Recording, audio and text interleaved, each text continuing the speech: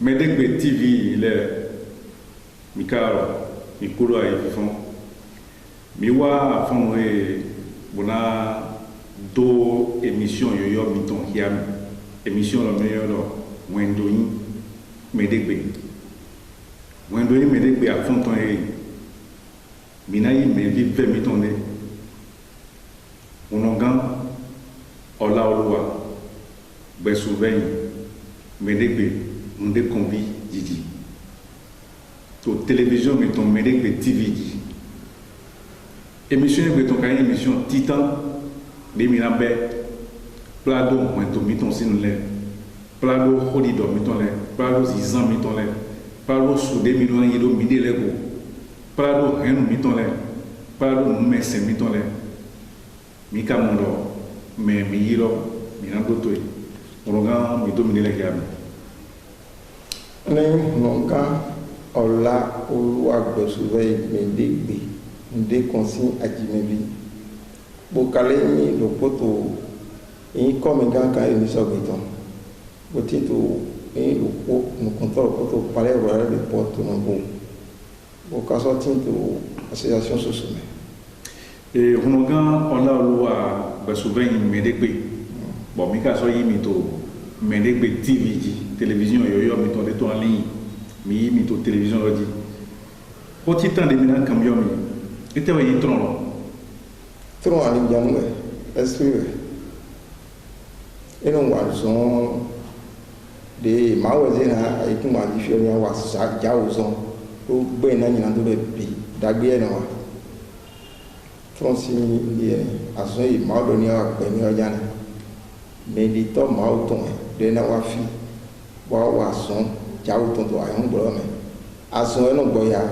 o ya o he ya le pe beze ko ilo mo na aso en ko gbo to ni wa ayon wa fi o ni bo mle kan prete ton be si to ton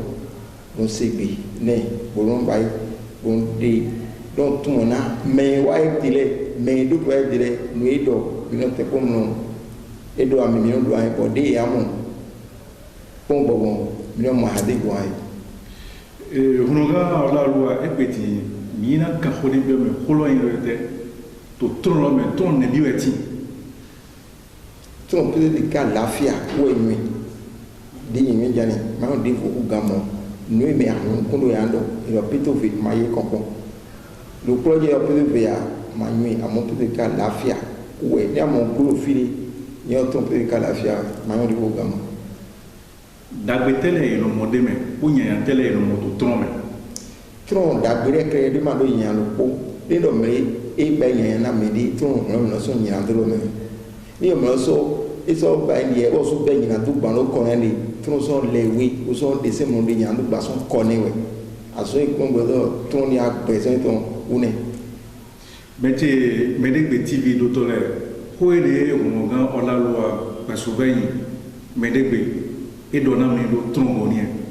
apa wetology mina cambio e do ko e da hode ni e fodi ayi ne bo ko lo ka di ya o e trompeta o zo hu o hwe bo un organisation no matade mina cambio na e be mu kaka bo lo ayi mo bo lo ayi tito kaka mi lo ale ko ta bo a le ko to yin to yin je yi gidikun hoko ya mlo ye nkui o tropita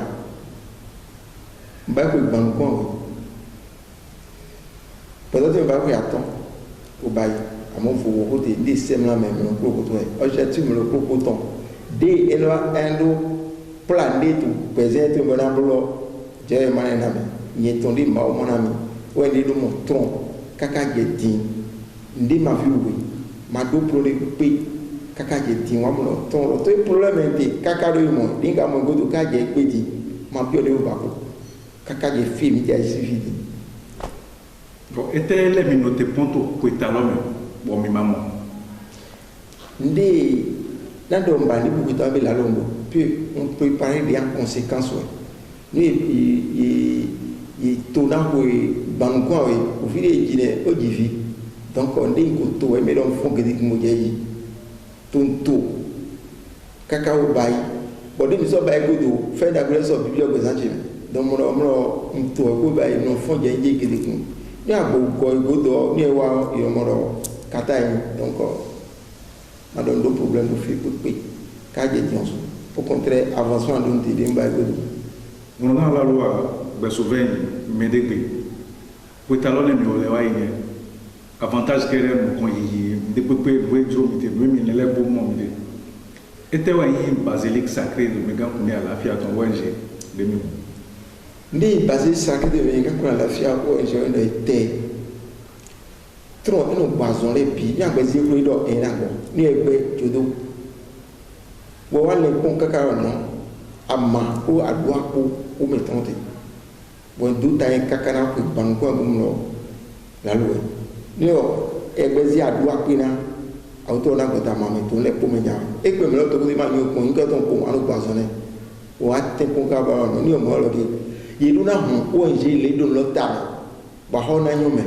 Tu es à ton ziboume, à ta boumene. Ouais, les tes ponts cacaron, et ma double, je dis que baba ton nom. Oiseau, un peu mosé, et on a tout le monde. Vous baissez bon.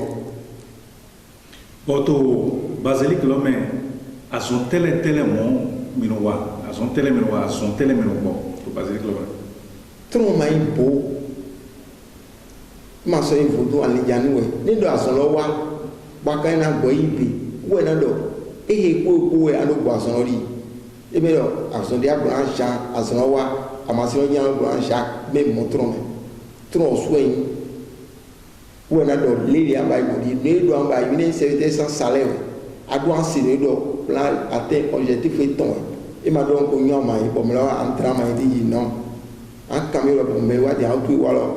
autre demande encore ton dit, ou autre n'y encore ton pied à l'enjoué. Bon, la carte doit aller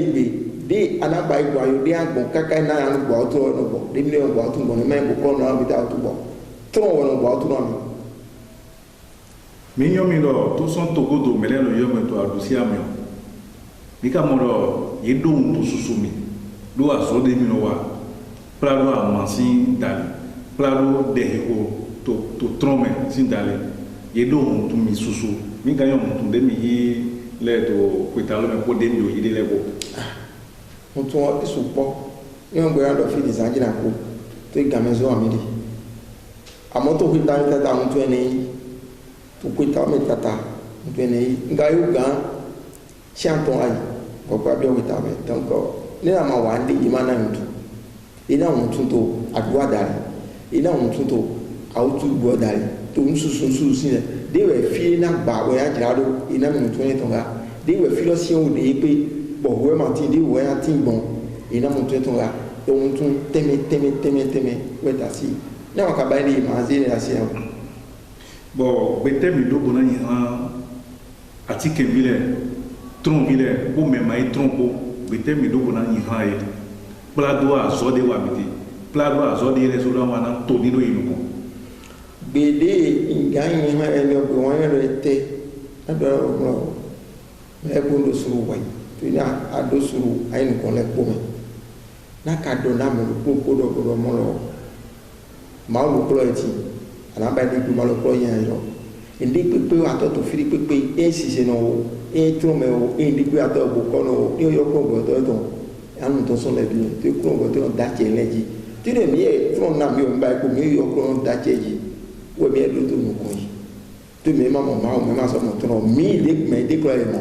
wo to mi de to yi o tron si mo tron ni ni ma o si ki go we de nga do nya na mo ko no kun ndi ze go des doigts et des bagons, il m'a écrit au même tombeau. Tu mettons. À ce moment-là, on dit, il doit moins de tout ici encore. Donc, on doit lire un peu de l'idée. À ce moment-là, on dit tout, et gars, pour un peu de bouton. Donc, nous, mais regardez les affaires de la vie. Nous, à l'idéal, de l'école, doit couper un bon, m'a écrit au boulot. Des gars doivent, nous, des gars, pour un peu, il m'a dit, vous m'avez dit à l'ocon. On a dit, le guide numéro 1 mondial, où est-ce que de 86, 27 ans 86, quand j'ai demandé à Yopon, ma yi hɔn edi ko ma ba yi tɔn di kɔnkɔn di do an ba yi kaka adze di ne fi lɛ si ama o ya wa trɔ pita wɔn kɔlɔ ne ko yɛ ebo donc bi am lɛ kplɔ nɔ yi ni exemple ɔlɔ alu agbɛsɔ yɛ bi de gbe tɔn bo kplɔ nɛnɛ yɛ gboya ne ma sɔ ŋgblɔ tɔn gbangba lɛ kote. mɛtɛrɛ ko tan ko da ko ne ɔlɔgan ɔlɔ alu agbɛsɔ vɛ yi mɛ de gbe